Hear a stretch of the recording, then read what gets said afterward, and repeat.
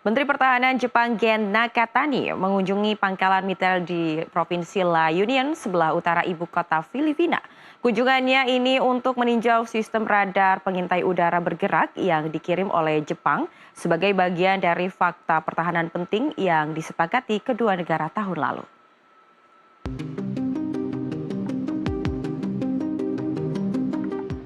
Menteri Pertahanan Jepang Gen Nakatani mempresentasikan sistem radar pantai di bawah program bantuan keamanan luar negeri untuk meningkatkan kemampuan kesadaran domain maritimnya.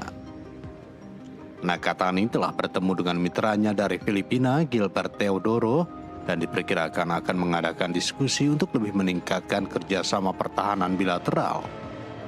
Angkatan Udara Filipina juga akan menerima peralatan untuk mendukung sistem radar pengawasan udaranya guna meningkatkan kemampuan pemantauan. この日本の装備品、今、国際的にこの技術の競争が激しいんですけれども、やはり地域の平和と安定に役に立っているということは素晴らしいことでありまして、今後ともさらに防衛装備の移転、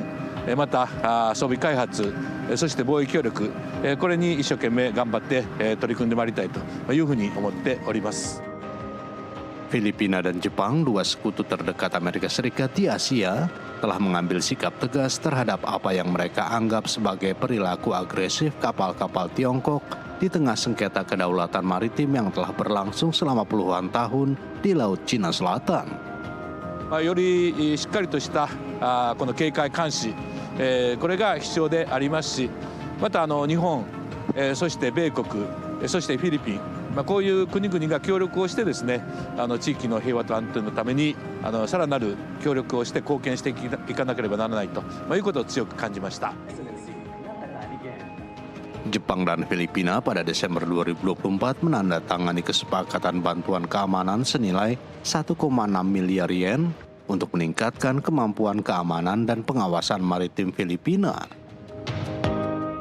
Kedua negara juga telah menandatangani fakta militer penting yang memungkinkan pengerahan pasukan di wilayah masing-masing yang memperlancar kerjasama militer di antara kedua negara. NTV melaporkan.